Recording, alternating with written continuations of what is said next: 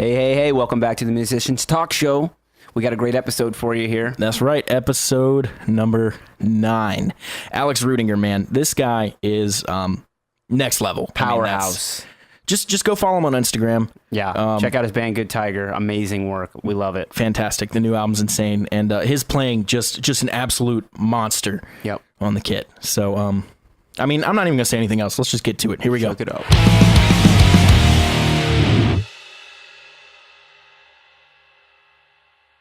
So we're sitting here with Alex Rüdinger. Alex, thanks so much for being on the show, man. We really appreciate it. No doubt. Happy to be here. I wanted to start at the beginning. How did you get started in music? Man. Started in music. Well, I guess I actually started drumming. It's kind of funny, actually. I started drumming only because there were not enough drummers in my friend group when I was in middle school. There was a bunch of guitar players and bassists and one drummer. And I actually started playing guitar first. I played guitar for about a year, and there weren't enough drummers, basically. So There never are.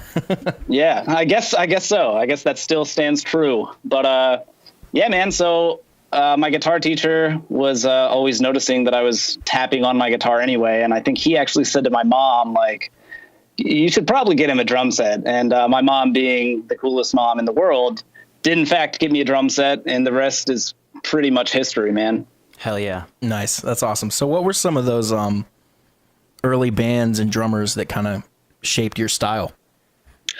Well, very early on, I got really right into metal music in general. A lot of my friends were into that stuff, so naturally I kind of went along with the course and just was also into that stuff. And back then I wasn't into anything quite as extreme, but like bands like Soilwork and In Flames and even Slipknot, back in the day, Joey Jordison was like, oh my God, Absolutely. Yeah.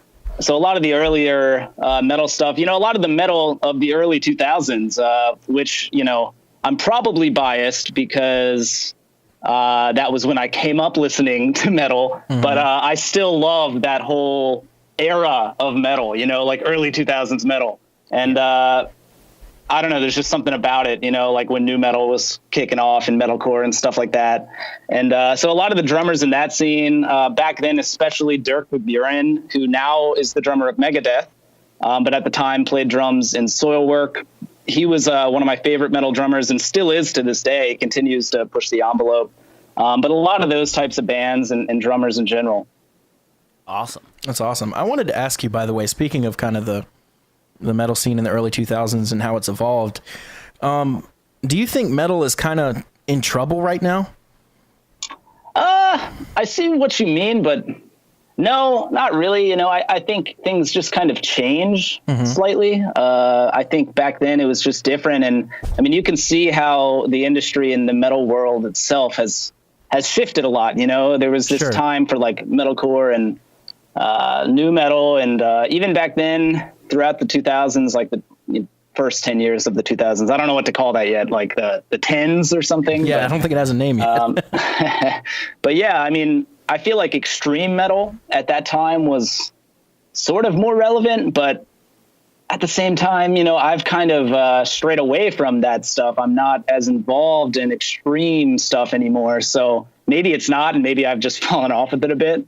And then, with the shift of some of the more progressive bands getting even more relevant and, the whole thing with gent, I don't really think metal's in trouble. I just think it's changed like anything else. And especially within the arts, I just think it changes. Yeah. I mean, you hear people all the time say rock music is dead or whatever. I was wondering your thoughts on the metal community specifically. Yeah, no, man, I don't think it's dead. I just think the entire industry has changed with the rise of the internet, not only stylistically and what's more relevant or not, but also just how it works, how the industry works, how bands make money, how people make money. Everything's just changed with social media. And I think you can either kind of, ignore that or be in denial about it, or you can kind of accept it and just, try to make the best of it. And that's kind of what I choose to do. I'm glad you said that because, it seems to me a lot of the, for lack of a better word, old school guys kind of throw their hands in the air and say the music industry isn't the same. It sucks now, and it's like, well, that's not, maybe that's true, but either way, it is how it is. You got to adapt or Stop. Oh, exactly, man. I could not agree more. And don't get me wrong, like sometimes it can be frustrating, like, you build all this time or you spend all this time trying to build something like maybe a following on social media. And then all of a sudden that social media changes and then it's not relevant anymore. And that kind of thing can be frustrating. But, I think that as long as you kind of stay true to what you're doing and just try to keep up with the shifts in technology and the changes in social media, if you keep on that stuff, you're never going to like fall too far behind. I hope, at least I hope I don't want to fall too behind. I heard it described as owning the most profitable McDonald's in the world on top of an active volcano. Yeah, I like that. That's a good. So that's kind of, I mean, like, I saw you have an extremely sizable Instagram following. So what happens when Instagram completely shuts down tomorrow for some unknown reason? It's like, exactly. It's a tough thing to walk. So yeah, man. And I mean, even with that, dude, Instagram's already changed since I started using it. I mean, they changed their algorithms for how people view stuff, and that changes the amount of likes you get. And Facebook's been that way now for a long time. Yep. And to be honest, man, I've seen a decrease in activity on my Facebook pages, both my personal and my fan page. Exactly. So. That Instagram change was relatively controversial. I mean, I follow a ton of people that I really care about and want to see their content, and I very rarely see it. And then, out of the blue, I'll decide to look up, your page, for example, and see that, oh, he posted all this cool stuff that I didn't even see. Like, I'm following him. I want to see this stuff, Exactly, man. It's frustrating, but again, I guess it is what it is. Like, it can be frustrating, but, I think if you just keep doing what you're doing, the people that want to know, like you said, you just happen to look at my page one day. And I do think the way those algorithms work, it's like, if you do look at the person's page periodically, it's more likely to come up in your newsfeed and stuff. Sure. So I still think, the content will get around whatever it is anyone is doing. Absolutely. I think it just changes how much time it might take and that sort of thing. So yeah, for sure. Cream rises to the top, right? Yeah, there you go. I'm a big coffee drinker, so Good. I am not a fan of coffee, so I'm one of the few. Got to be a coffee achiever, dude. Yeah, coffee probably helps with all the physical demanding of the drumming, and then keeping your energy up and upbeat. Yeah, totally. we were talking. Right before the show. You and I, Alex, were talking. You just got done with a monster practice session, right? Yeah, I just was practicing today, actually. Yeah. So what are your what does your practice look like? I'm really curious. Yeah, no, I kind of anticipated that question. It changes. It all depends on what I'm doing, but the consistencies in it are that it normally starts with a warm up. And for the record, I practice pretty much, well, not every day, but pretty much every day. Like if I can, I will, and obviously as I've gotten older, I'm in my mid-20s now, it's like sometimes you just have to do other things, like life is demanding and you have to make money or, have obligations to friends or family or girlfriend or whatever. But I pretty much still try to practice drums every day.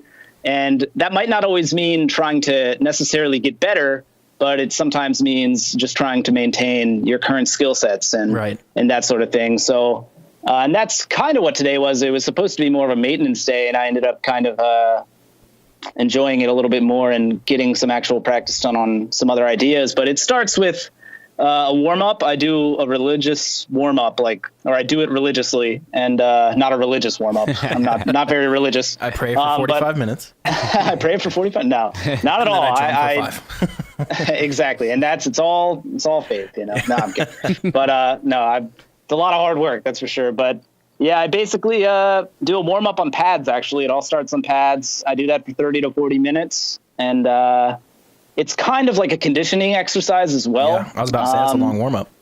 Yeah, it is, man. And I do it on tour too. I mean, it's a big part of my playing, to be honest, because it's the kind of thing where I know that if I can get through my warm up, which is all timed out into a metronome, I have like a timer and that sort of thing. If I can get through my warm up, it kind of allows me to feel out how my body is reacting that day.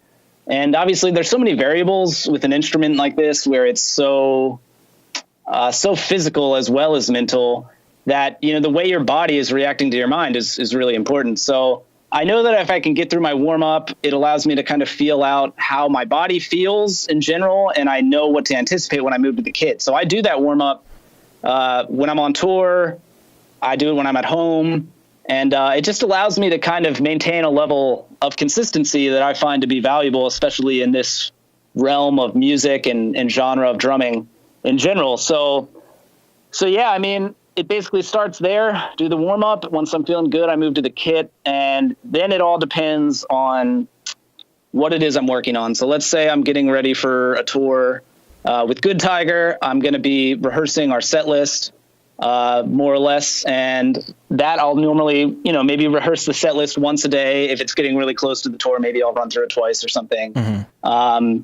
And then I'll usually spend time working on anything else I want to do, whether it's a cover I'm working on for YouTube or some new linear pattern I wrote out, or, trying to get my independence better or improve on a sticking or something like that. I tend to save the kind of more for me stuff until towards the end of my practice routine in whatever form it is, mainly because a lot of the time what I'm working on is for some kind of a gig or a job, whether it's a session or getting ready for a tour, like I said. So that's kind of the more work aspect. So I tend to do that when I'm fresh off the warm up and still very energized. I do whatever I need to, be best for, Right. Prioritize. Yeah, exactly. It's kind of like time management in a way, but sure, on the kit, and then I kind of work on the stuff that's not as important, but still important to me personally, towards the end. So that way, if I did the reverse of that, it might mean that I have a bunch of fun working on some new patterns, and then I don't have the energy to, rehearse our set list, and we have a tour coming up in 3 days or whatever, Right. Yeah. And that's kind of what happened today. I was rehearsing a few new Good Tiger songs that I almost had to relearn because they're new ones that we haven't played live yet, and we're going to be playing them on some upcoming tours. So I'm kind of like going through those, trying to rehearse them and drill them a bit. And towards the end, I started just jamming and trying to improvise some new stuff, and ended up having a pretty good day with that. So I just went a little bit longer, hence why I asked if we could do this podcast a little bit later. So thank you for that again. No problem at all. No problem at all. Happy to help out someone who's hard at work. Oh, thank you kindly. But yeah, I mean, it kind of all depends, man. It just depends on what my next gig is or what my current gig is. And if I don't have anything lined up, which, isn't all too often anymore, then I would probably just spend more time just jamming and trying to improve overall. But yeah. So 2 quick follow-ups to that. Real quick one. On a good day, how long are you spending practicing? On a good day, like on a day where I'm really feeling it, it could be anywhere from like 3 to 5 hours or something. Okay. What about average? Average, I'd say like 2.5 to 3. I'd say, and that can sometimes be warm up included. So let's say I warm up for. So you're not counting the warm up in that number, or you are? On the longer days, no. And that's only if I'm having like a really good day. But on the days where, I'd say it's more of an average. It could be warm up included, 2.5 to 3 hours. So warm up for 30 minutes, practice on the kit for 2 hours. And it's not so much enjoyable when it's one of those days, to be honest. Yeah. Those days is when it really feels like work, and sometimes it is work. And that's one of the sacrifices I guess you make when you're trying to do what you're passionate about, Getting through those days is what separates the pros from the amateurs. Yeah, man, it is. And I guess it can really honestly be tough, because there are days where I'm just like, God, I do not want to play drums right now. And I hate to say that in a podcast, because drums are what I do, and it's like what I'm obsessed with. No, but, I appreciate the honesty, and I think listeners need to hear this from you, because you're known for being such a monster player. Like it's good to dive into this stuff. Well, thank you kindly, man. I appreciate it truly. But yeah, sometimes, man, it's just maintenance and work, and that's okay, And you have to, for a long time I struggled with that, to be honest. When I was younger, I'd be really hard on myself, and if I was having an off day where my body wasn't reacting the way I wanted, or I just didn't feel like it would bum me out, and I was kind of almost too close to it emotionally. And you kind of have to learn to separate that stuff and understand that everyone, no matter what they do, has those days, and that's okay. It's just part of it, Sure. But the consistency factor and, Absolutely. kind of pushing through it is kind of what, consistency plus time. I mean, that's all it ever is in anything. Yeah, without a doubt, man, especially in the arts, and especially with anything like drumming that's as physical. And to be honest, man, I think, it's funny because for a long time I was so not into sports when I was younger. I was such like a music elitist nerd that I was like, man, sports aren't that cool. I'm all about music. And as I've gotten older, like how physically demanding drums can be, it made me have such an immense appreciation for athletes and like what they do, which, like I follow the NBA like so closely, and I'm like way into that. But anyway, that's off topic, but So the warm up, is that something you created on your own, or is this something you borrowed from things you've learned over time, or something that's you got from someone else? I'm very curious to hear what your warm up consists of. Yeah, man. It was initially inspired by Travis Orban. Are you familiar with him at all? I am not. Travis is a phenomenal monster drummer. He does stuff on YouTube as well. But he is just like I don't even know how to explain Travis. He's one of a kind. He's one of the most over the top, hardworking people I've ever met in my life, and was certainly a friend and an inspiration to me growing up. And I basically kind of took the warm up idea from him and then expanded on it. And I think he still does something very similar to what I do. But I think at this point we probably do a bunch of different stuff too. I don't know. We haven't talked about that in a pretty long time, but I kind of took the idea from him and some of the exercises within it from him, and then kind of expanded on them. And it's changed a bit over the years too. Like depending on what I'm working on, there are different little exercises within it that I'll change or have upgraded and that sort of thing, if that makes any sense. Absolutely. Yeah. Definitely keeping it fresh. Yeah. Yeah, man. Yeah, it's good though. I don't know. It's definitely allows me to keep consistent, I guess, in general. Yeah. So That's about the most sports and important thing. stuff like that, do you do anything outside like that to keep your body in shape other than drumming? Because it all has to play into effect. No, it definitely does. I go to the gym pretty regularly. That's been a big part of my life too, since I was in my late teens. It sucks lately. I've been so busy. It hasn't been as much. I'm only getting in there like 2 or 3 days a week.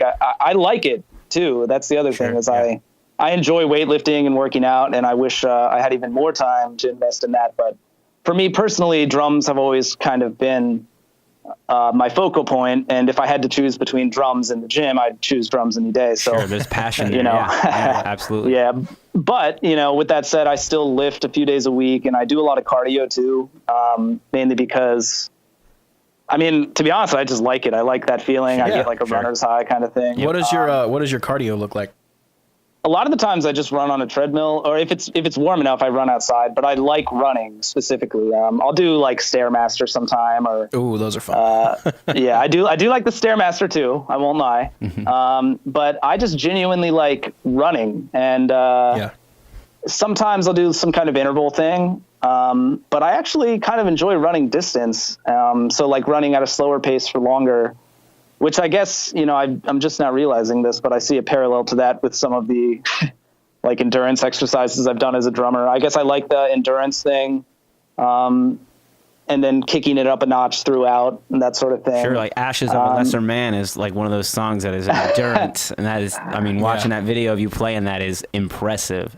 Oh man, the conquering stuff is so hard. Yeah. It looked like, and maybe you can confirm or deny this, but it looked like at the end of the video that you just kind of collapsed into the throne, and you were just like, Jesus Christ, I'm done. Like, yeah, when I record something that's that difficult, it's definitely, to quote Patrick Bateman from American Psycho, the relief washes over me in an awesome wave. Yeah, because it is, that's one of my favorite films, but yeah, like it is tough to track stuff like that. And to be honest, the Conquering Dystopia album, when I was asked about doing that, which was obviously like, to me at the time, especially mind blowing. I've been a huge fan of Nevermore and Cannibal Corpse, Alex Webster and Jeff Loomis, respectively. Love Nevermore. Me too, man. I was such a huge Nevermore fan, rest in peace, World Bane. That shit broke my heart.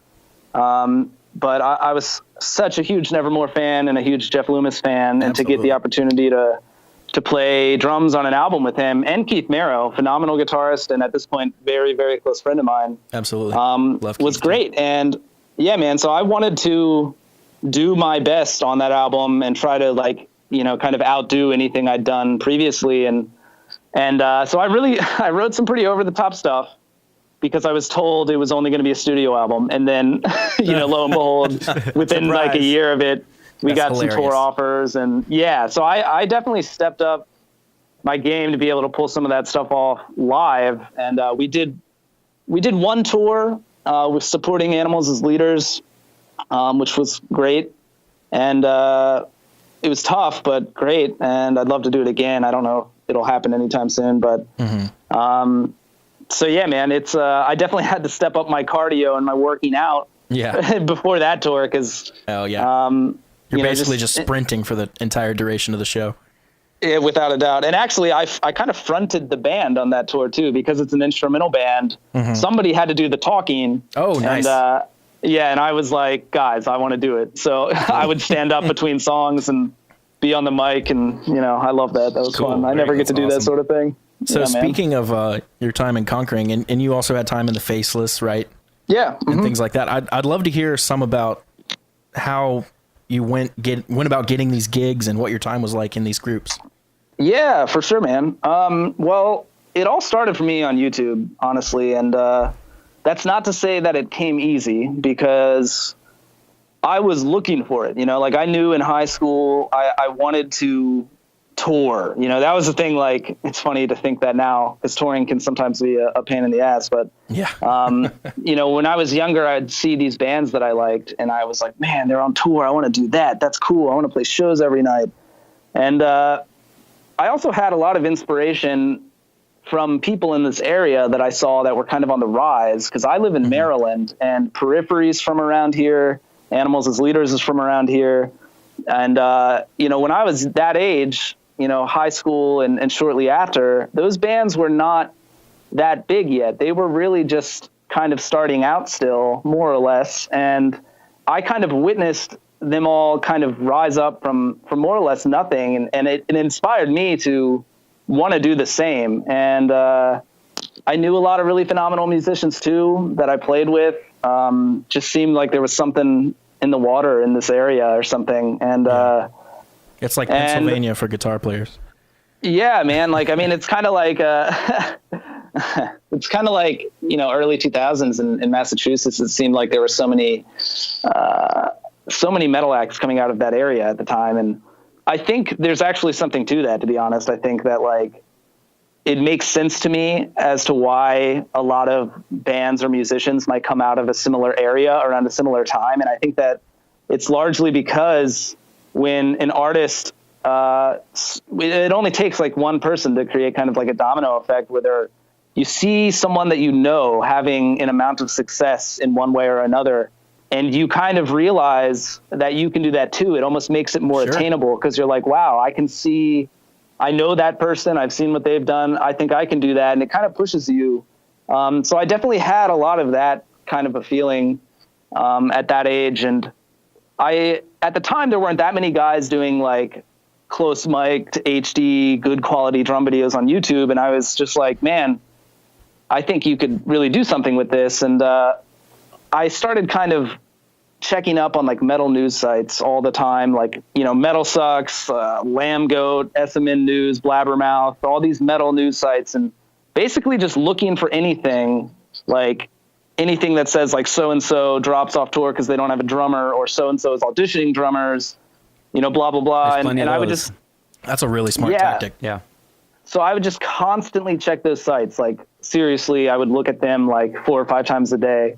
And I auditioned for a bunch of bands actually back then and made like private videos and sent them to them. And honestly, dude, I got rejected a lot. And everyone who's anyone's been rejected a lot.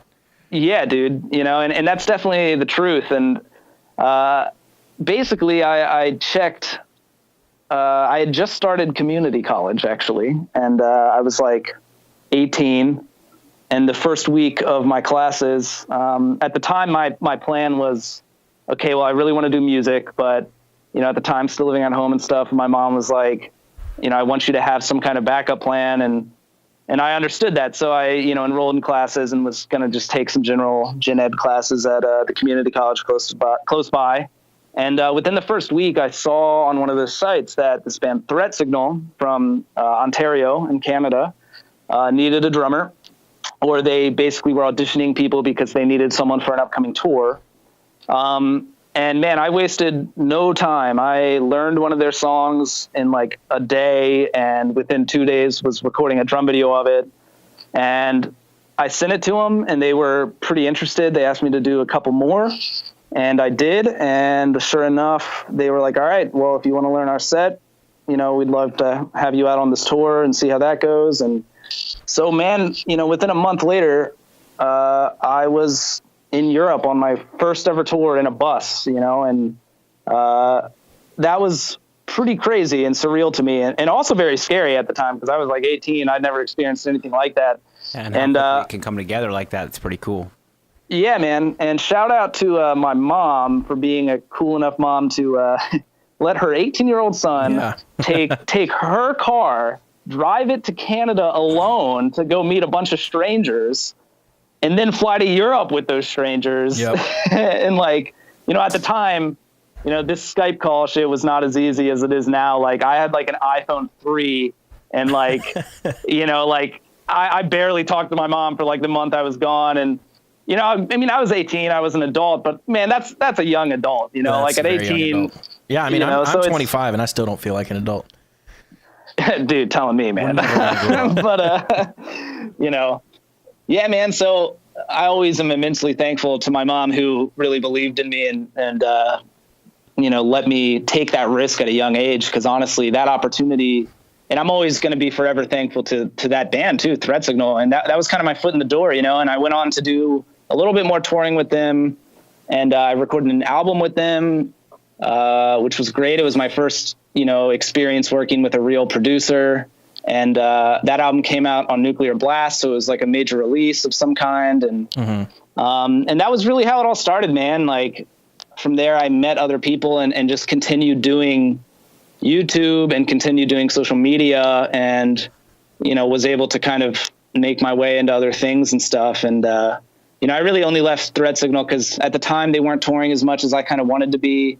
And after I continued to do some things, would get offers for other opportunities, and just decided to kind of try and do something that was a little bit more in the realm of what I wanted to do at the time, which was really at that time, like extreme metal, and that's a whole nother story, but I ended up making my way into one of my favorite bands at the time, The Faceless, which was a whole nother crazy experience too. And I'd love to talk about that.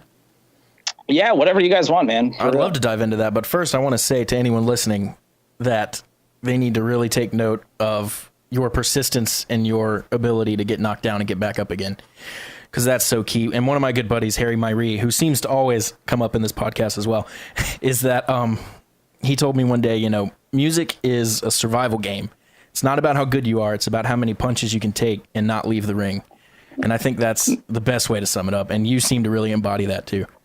Thank you, man. And I couldn't agree more, dude. Like somebody said to me once, and this really stuck with me. I wish I could remember who exactly said it to me, but in the music industry, being good and having talent past a certain point is kind of a given. Exactly. Yes. It doesn't mean that you can be really bad and still be successful only off connections. That's not what I mean. But what I'm saying is if you're good and if your skill set is good and you work hard, that only matters to a point. After that, it's kind of what you choose to do with it, Sure. And the people that are making big moves, everyone's good at that level. It's like, okay, you're good. What else do you have? Because everybody's good, Yeah, man. And I think that's important, and you have to have confidence, but not be too confident and not be too arrogant or anything. You have to have enough confidence to believe in yourself and make moves and do stuff. But sure. You also, it's a fine line to walk there. And, absolutely. Yeah, man. The line between confidence and ego.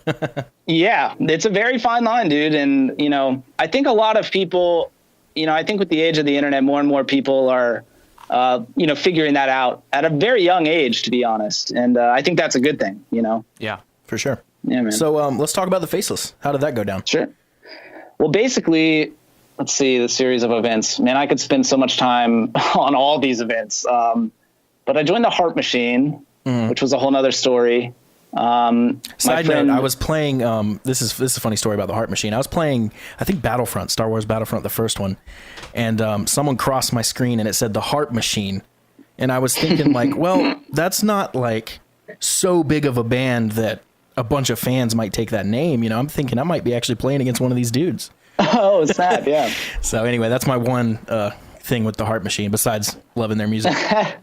Yeah, man. And that was kind of an interesting experience too. Like, basically my friend Mike was the singer of it. He had gotten that gig, and he's just some guy I knew here from Maryland that I played in local bands with. And again, it goes back to this area just having an unusual amount of talented individuals from it. Sure. And they ended up needing a drummer, got that gig. That's what I did after Threat Signal, in fact. And, you know, for the sake of time, I won't get into like the details of that one, but it basically just didn't work out that well. And I had just done a tour with the Faceless and in the Heart Machine, and they were having, I guess, some differences with their drummer, or like they decided to part ways. It was pretty amicable.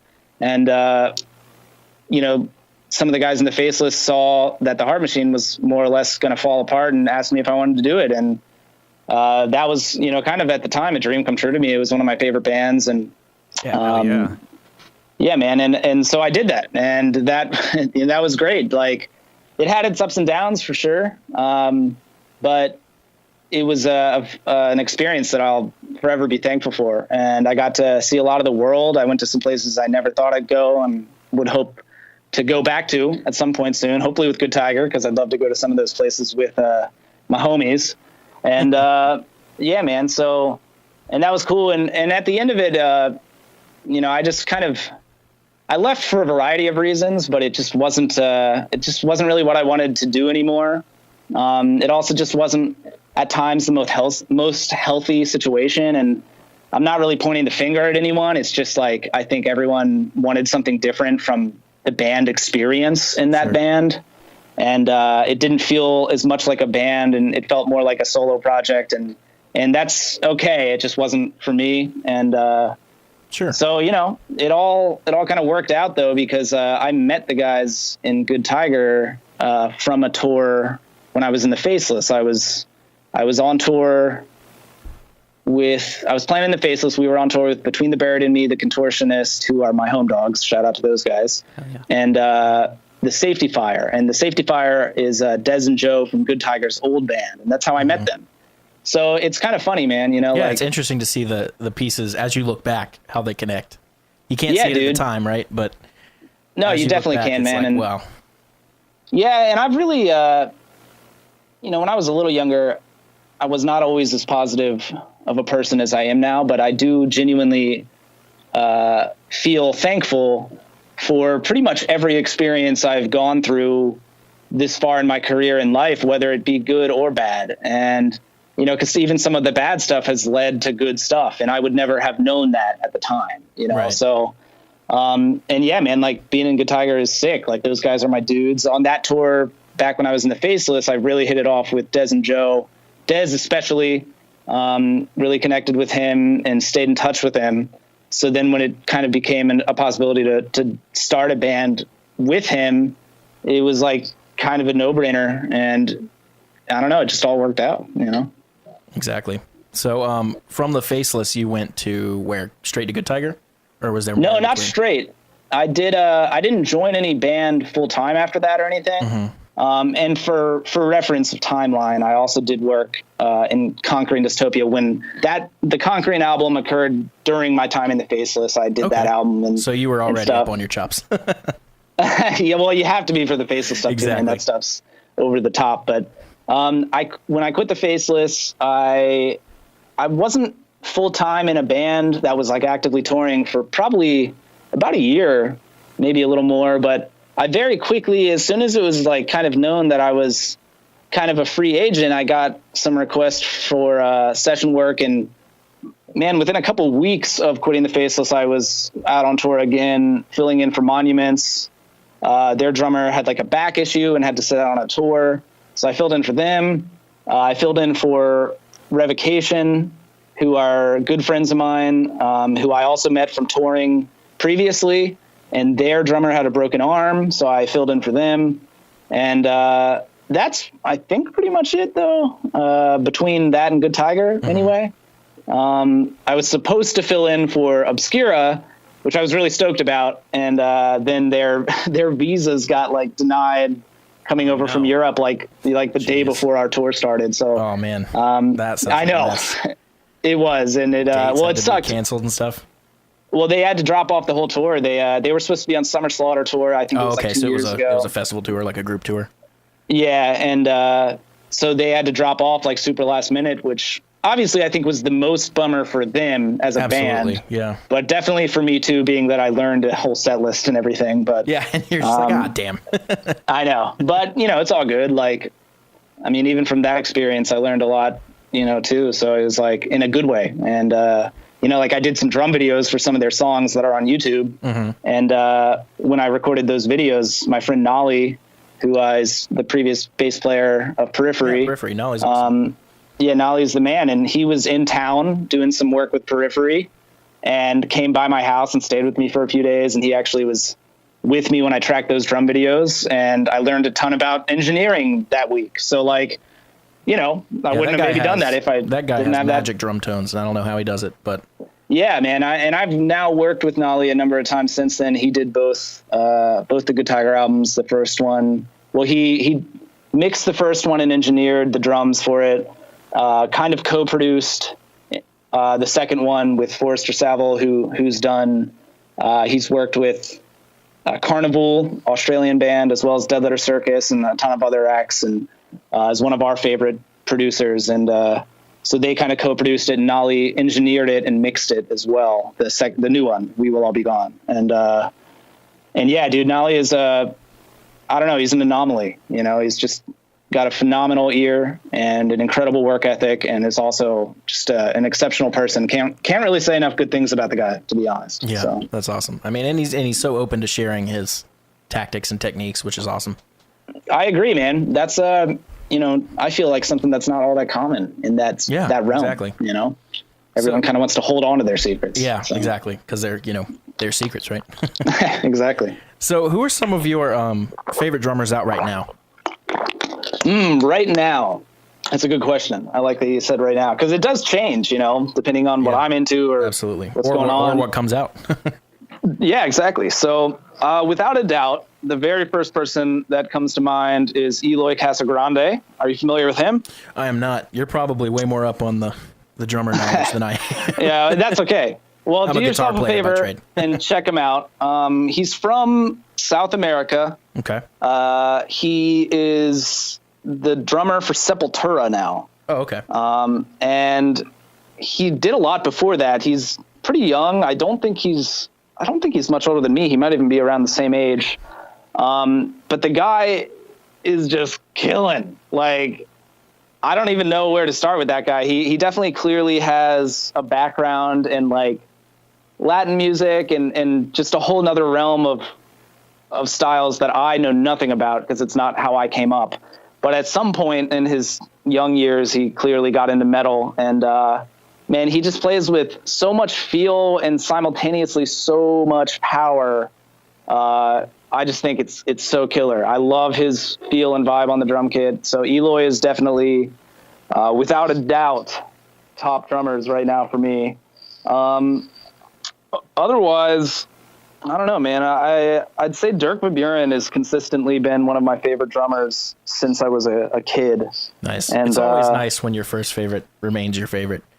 Yeah, man. And I think that's, largely because he continues to push the envelope with whatever he's doing. And I think Dirk is from Belgium originally, but he lives in the States now. Like I said, he's got the Megadeth gig, and yeah, man, just seriously phenomenally killer drummer. And then there are guys that are kind of more like the virtuoso drummers that I kind of keep up with all the time, or search YouTube for and stuff, see if there's new videos of them. Guys like Virgil Donati and Mike Mangini, and yeah, I love those guys. Some of those kind of, some of the more like renowned, drum guys. I've heard of most of those guys via that thing that Dream Theater put out where they had all the people auditioning for him.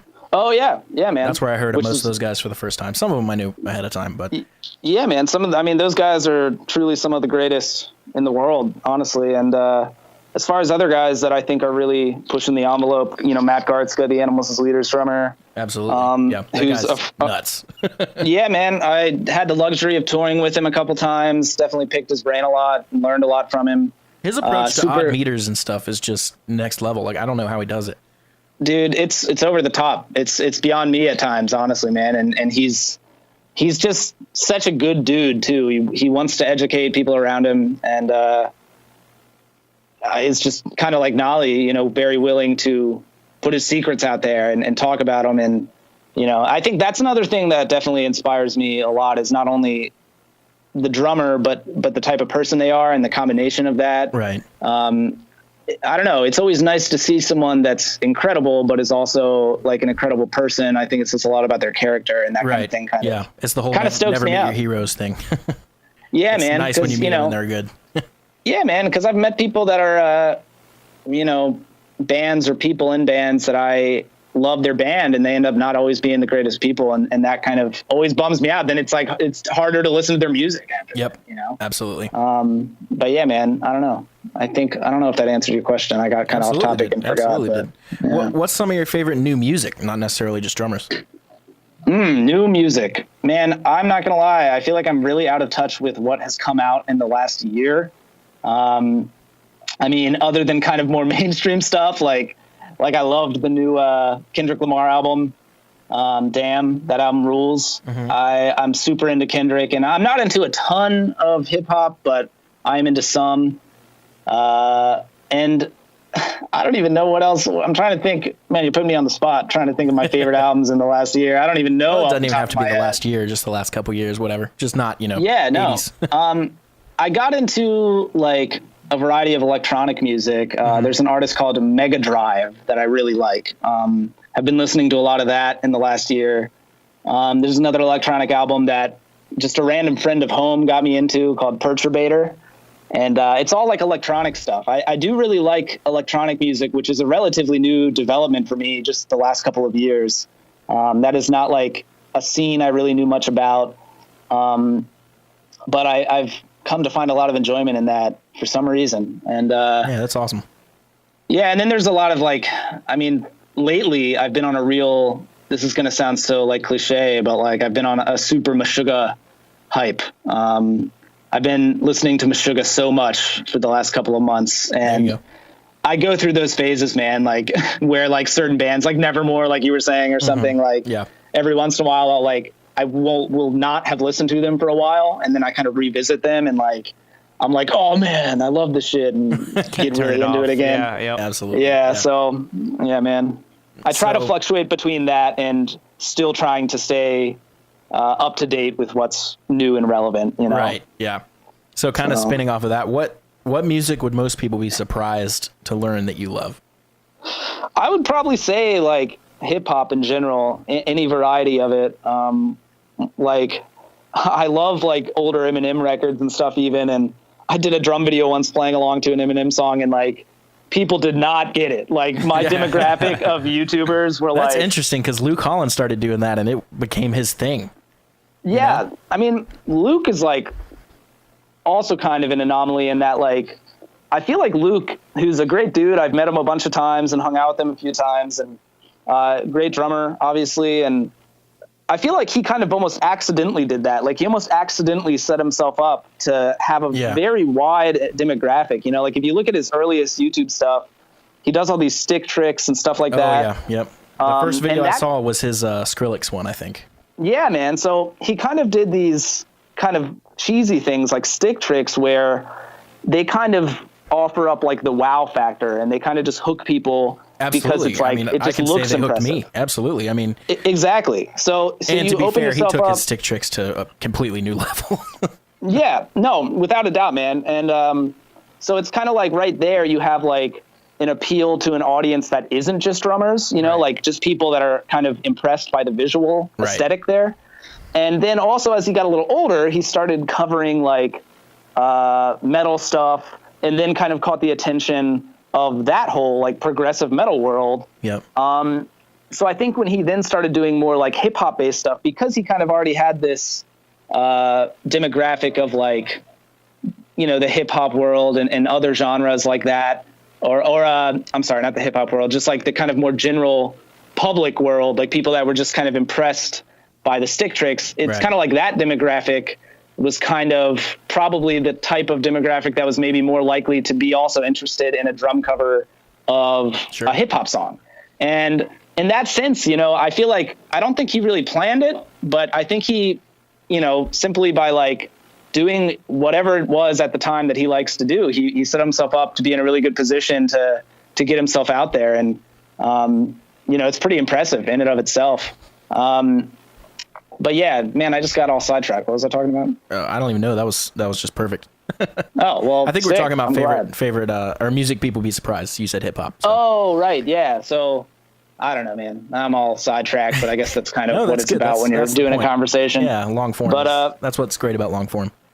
But yeah, man, I definitely like, a lot of different stuff, you know, and going back to, that kind of reminds me of what I was talking about, going back to like the whole thing with like, doing the Eminem cover on my YouTube is, you know, I think because my initial YouTube posts and so much of what I did early on was not anything but metal, I think when I did anything else, it surprised people. But, you know, I've also seen a shift in that, you know, like I did anticipate some kind of backlash when I did Good Tiger, even because it's not as extreme as what I've done in the past. You know, it's like more mainstream, more or less, you know, there's less screaming, less, you know, crazy technical, fast drumming. And I definitely anticipated a backlash on my YouTube of people that were like, man, this isn't cool or metal or tech, you know, this is lame. And there was some of that, but there was less than I thought. And it seems like people have been pretty on board with it. And that's surprising to me and also kind of nice because, you know, to give you an example, there was a comment I saw on YouTube recently on my latest upload, which is a Good Tiger song. And this guy was like, man, I miss the old tech stuff you play. This isn't cool, blah, blah, blah. And I basically said to the guy, like, you know, man, just because I'm doing something new, it doesn't mean I'm like abandoning what I've done before completely, you know? And I think it's a perspective that not enough people share. Absolutely. That shit's so frustrating when you see that stuff. Like, it's just very small-minded. It can be, man, you know, because I'm definitely interested in improving not only as a drummer, but as a musician and expanding and changing within the whole world of music. And, you know, I don't want to do the same thing forever, you know? And, you know, man, no artist does. Yeah.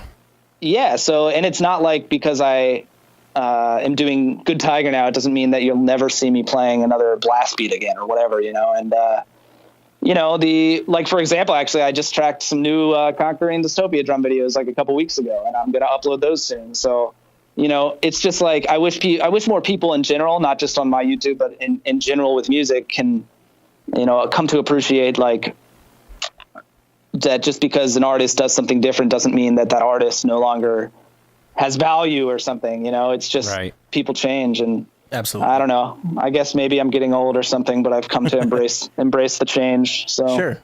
So I would be remiss if we didn't talk about this next topic because I assume we're going to have a ton of drummers tuning into this.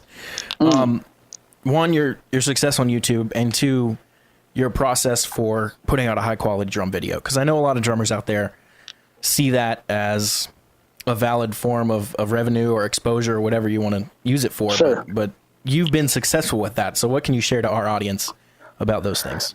Well, dang, man, I could spend an hour talking about that alone. But yeah, I mean, I guess the most important thing I can say about doing that and doing YouTube stuff, and I don't know, I'm trying to wrap my head around how I want to put this. I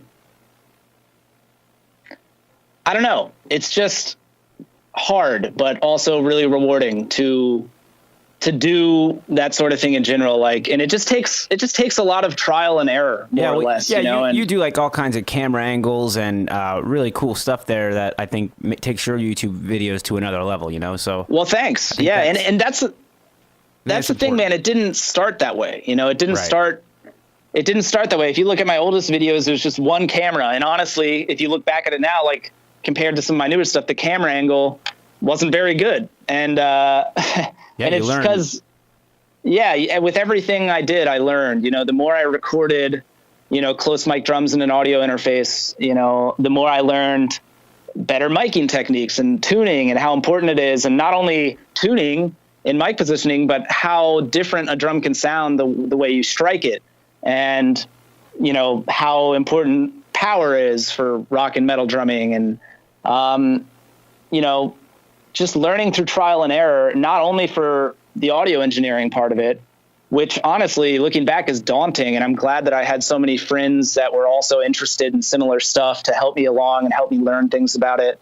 But also in things like the camera work, like, you know, using a camera, getting the lighting to look good. And that stuff that I have really, I feel like even now just scratched the surface on, you know, like some of these new videos that I'm working on right now, for example, are some of the first ones that I've really taken more of a stab at actually properly color grading them and getting them to look good. Sure. And that's something, you know, I always did a little bit of that, but like, it's something that I've really only dabbled with up until now. And, you know, but you just learn through trial and error. And that's the most important thing to me. And I think it's great that people can start at a younger and younger age now, and that there's just like a huge access to information now. You can just get on the internet, and if you have a question, you can get on a forum or you can look up a YouTube video. I mean, literally any issue you have with software, whether it be video editing or a digital audio workspace, any of that stuff, you can literally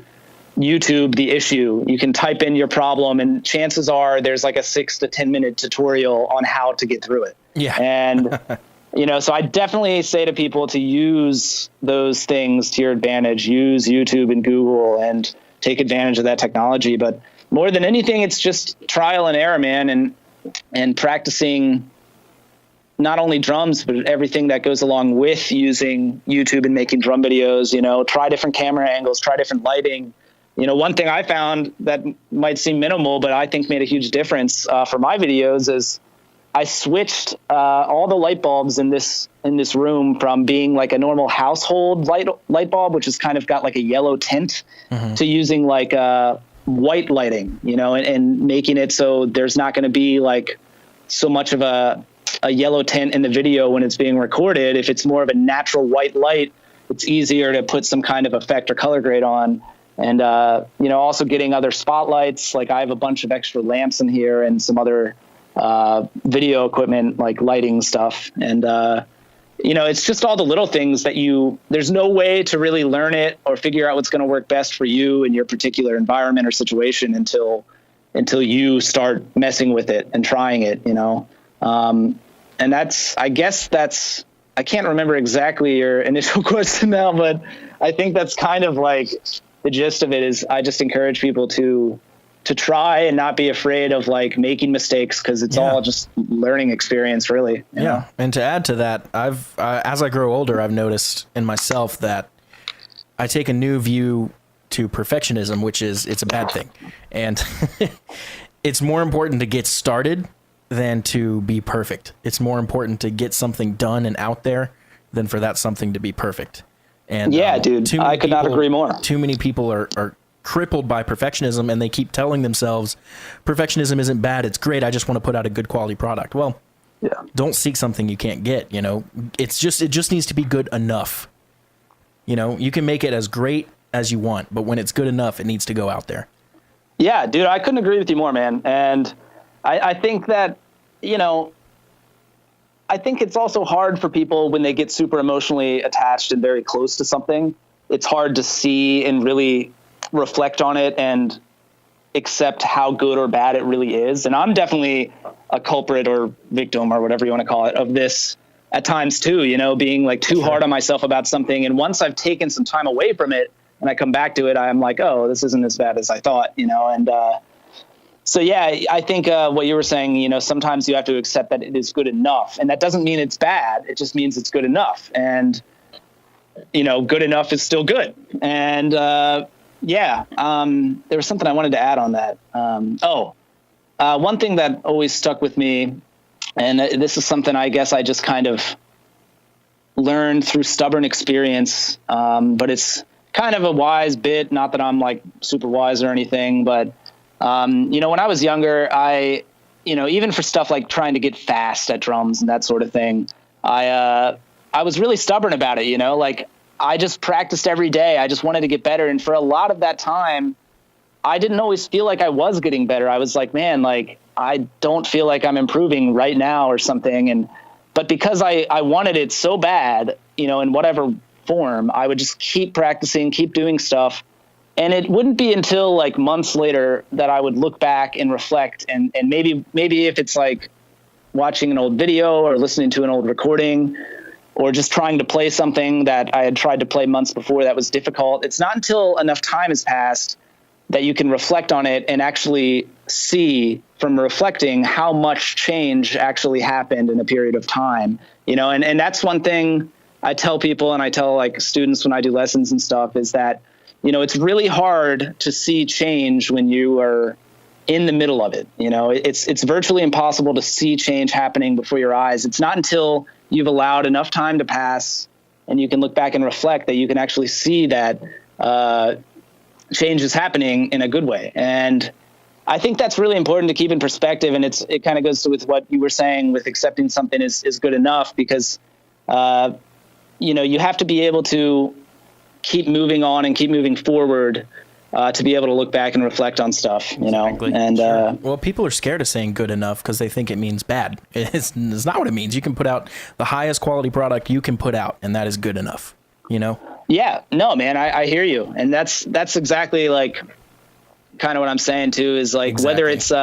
whether it's like you're an artist and you're putting out an album and you're pushing back the release date because you want to make it even better. Right. Well, the reality of it is that you might be too close to it, and maybe you should just put it out and let people see what they think about it. And chances are 2 years later, when you go to do your next album, you know, the sound that you're looking to achieve, you realize that, like, you know, just from experience in the 2 years prior, you've learned how to achieve that same sound even easier now. And now you're on to the next thing. Now you're trying to improve in another way. And so sometimes you just have to like let things happen how they happen, you know, which probably sounds really vague, but I don't know. I guess it's the truth. So I want to shift gears a little bit. I think a lot of drummers would be wanting to know the answer to this question.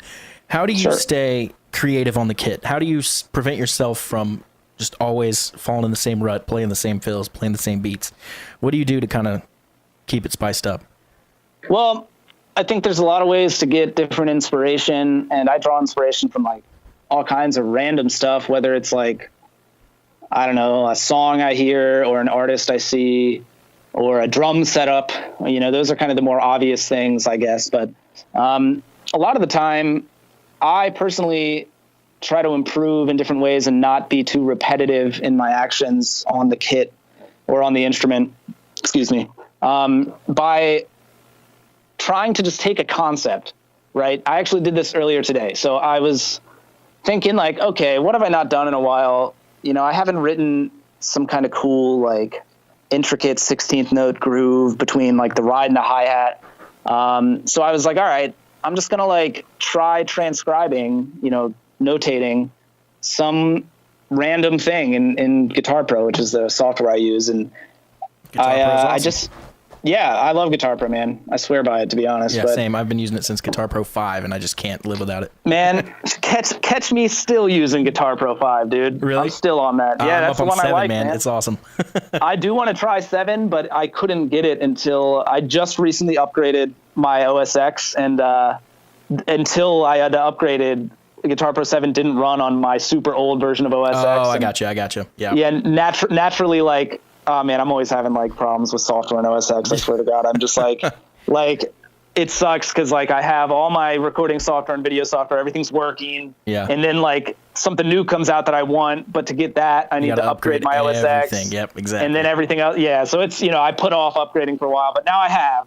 So I'll probably get Guitar Pro 7 here soon and try it. I really didn't like 6. I didn't personally. like 6 either, and 7's a big improvement, so I can tell you that. That's what I hear. So I'm definitely looking forward to trying it. But yeah, they brought back drum tab, which I like. That's what I'm hearing. And see, that's the thing, man. I use the tab for a lot. Like, absolutely.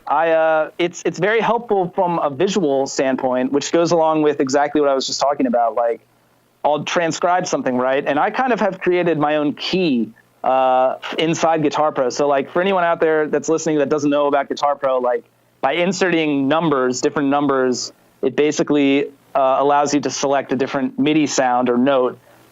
So if you're someone that does this often, you learn these numbers, like the back of your hand, like 57 in Guitar Pro 5. Right. If you type in a 57, that's a crash symbol. I'm off. What did you think it was? I said ride. That's 59, isn't it? Ride is 59 or 51. There are two rides. Yep. All right. So this is nerd. This is some real nerd talk that we're in the middle Isn't of. kick 35 and 36? 35 and 36 is Yes. kick. 40 is snare. There's also another snare that I think is 38. Yeah, I always use 38. Man, So we are these- way off the deep end now. Oh man, yeah, we're way off it. But don't worry, I'll bring it back around. So Bring it back around, Alex. So yeah, dude, like these numbers though for me are they're basically more than just like the things that you insert. Like because they take the place of the note head, I kind of a very, very long time ago created a key for myself where I decided like, okay, 57 is my right crash, 49 is my left crash, 47 is my first rack tom, 45 is my next rack tom. So by transcribing with that in mind, I'm able to notate out in Guitar Pro like some crazy fill that I definitely don't have the ability to play yet.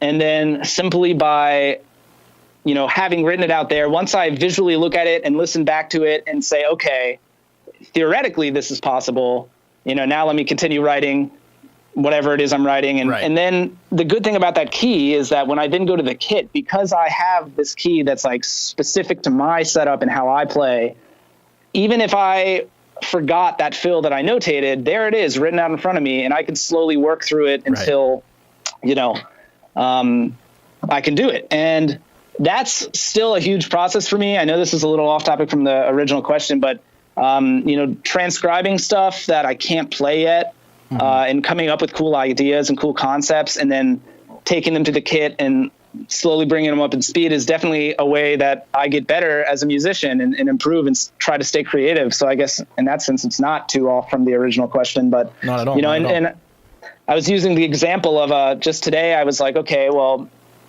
I don't know. I want to write some cool groove with the hi-hat in the ride, closed hi-hat in the ride. And I want it to be some kind of 16th note pattern. And that's the concept right there. Before I even start, I kind of start with a concept generally. So I'm going to write something that focuses on the ride and the hi-hat together, working together and playing off each other. And I just start messing around in Guitar Pro with different ideas, different stickings until I come up with something that I personally think sounds cool. And then what I'll do if I did, and there are also times where I try to come up with something and it's just not working, and that's okay. But again, going back to our conversation earlier, it's about trying. And sometimes the consistency of just trying every day, whether it's always successful or not, is, the exact process that's going to yield results. So, right. If that makes sense. Did that make sense? Absolutely. All right, cool. I don't know. Sometimes I'm talking and I get so like, I'm just like, oh wait, are people going to know what I'm talking about? So I think that. But so yeah, man. Anyway, I basically just wrote out a pattern, and then what I'll do next is I'll take it to the kit and I'll learn it. And sometimes just from learning something that I transcribed, you learn something new without even realizing it. Like now you have like kind of another lick in your vocabulary of drumming. And, you sometimes from doing that, I'll say, oh, well, obviously I wrote out and learned this whole thing, but this one bar has these 3 beats and there's a cool fill that I kind of like accidentally wrote out and learned. And that's really cool. And then now that can be something that you can expand on from there. You can take that fill and go back to the drawing board and try to expand on that. And that's just like, I don't know, it's so invaluable to me is being able to transcribe stuff on a computer first and just take like a general concept, like, okay, I'm going to write a cool 16th note pattern between the ride and hi-hat, just taking a random concept like that and then trying to expand on it And that can in and of itself open a lot of doors. So, I get a lot of inspiration from working on a computer like that. And I guess that's kind of a pretty specific point. I get a lot of inspiration from all kinds of other stuff too, but I mean, that's definitely a huge one for me as far as staying creative goes, is working in a computer and being able to actually, thank God for technology, being able to input information that you can't actually do yet and then play it back to get an idea of how it's going to sound. Right. Is just like invaluable, dude, Yeah, absolutely. And Guitar Pro 7 or 5 is a great tool for that. Yeah, man. And there are a bunch of them like Sibelius and Finale, I think is the other one. But yeah, Sibelius and Finale more for orchestral stuff, but can still work for whatever you need. Yeah, exactly, man. And I think a lot of the digital audio workspaces actually have that type of thing now, where you can actually open up like if you're programming drums, you can look at it in like a normal drum programming way, but then like on a grid. But I think you can also, export that stuff as standard notation as well nowadays. So. Yep. A lot of the DAWs do have things like that. I know Pro Tools does. That's what I use. So. Yeah, same. I'm all about the Pro Tools. Nice, dude. man. Same. Well, are you on the new 2018 yet? No, I'm not, dude. I'm running Pro Tools 11. Probably going to stick on that for a hot minute still. I gotcha. So just a couple more questions here as we wrap up. You have a lot of great endorsements. What advice would you give to musicians seeking to get endorsements for themselves? It can be tough, but I'd say first and foremost, importantly, only go after the companies that you genuinely want to play. Don't go after a company that, you just want to get with because you might be able to get some free stuff. Like, I think it's important to play what you want to play, whether that means you pay for it or not, and so that's one thing. Secondly, I'd say just always be genuine. And I think, again, if you're going to a company or trying to get an endorsement with a company that you like, that should be easy.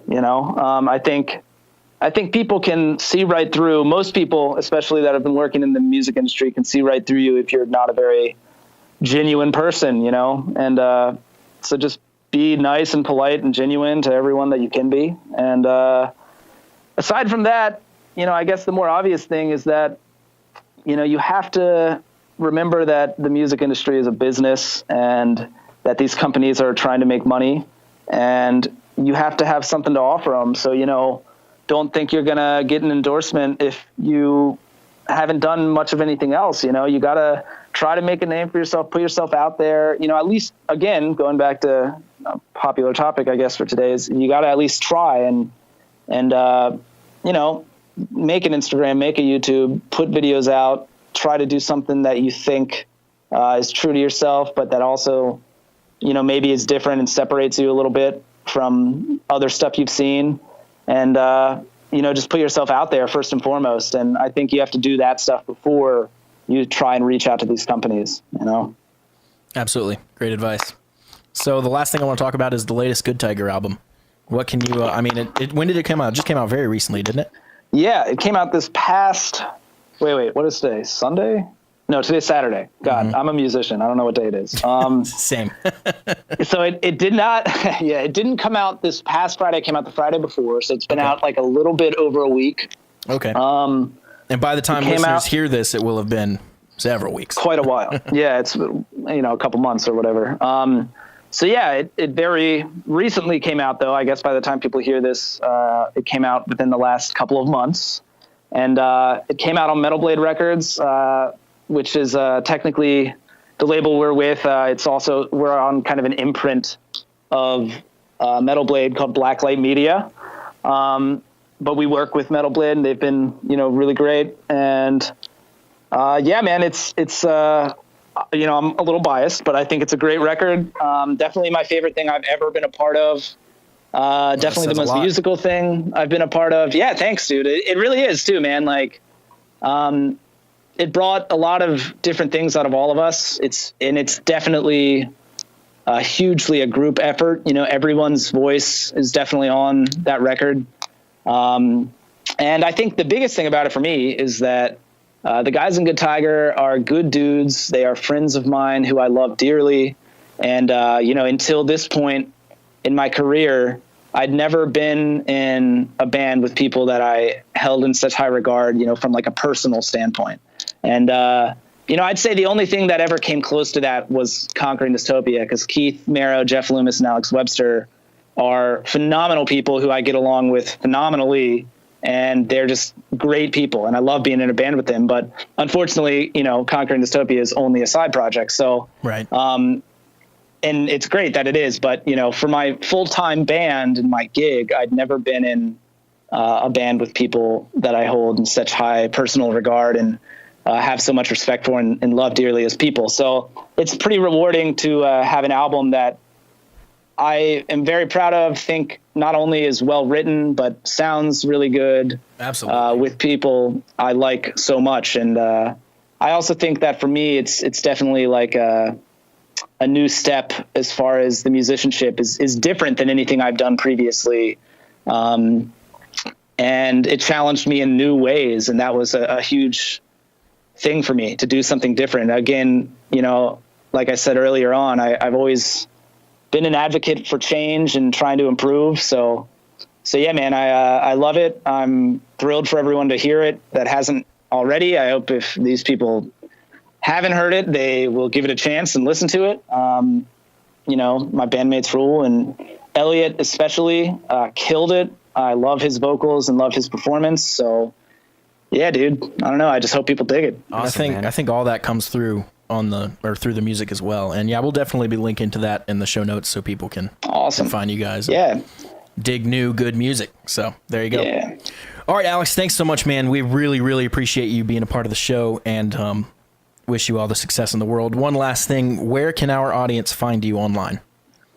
Well, for starters, thank you. It was truly great being here, talking to you guys. It was super chill. Enjoyed it a lot.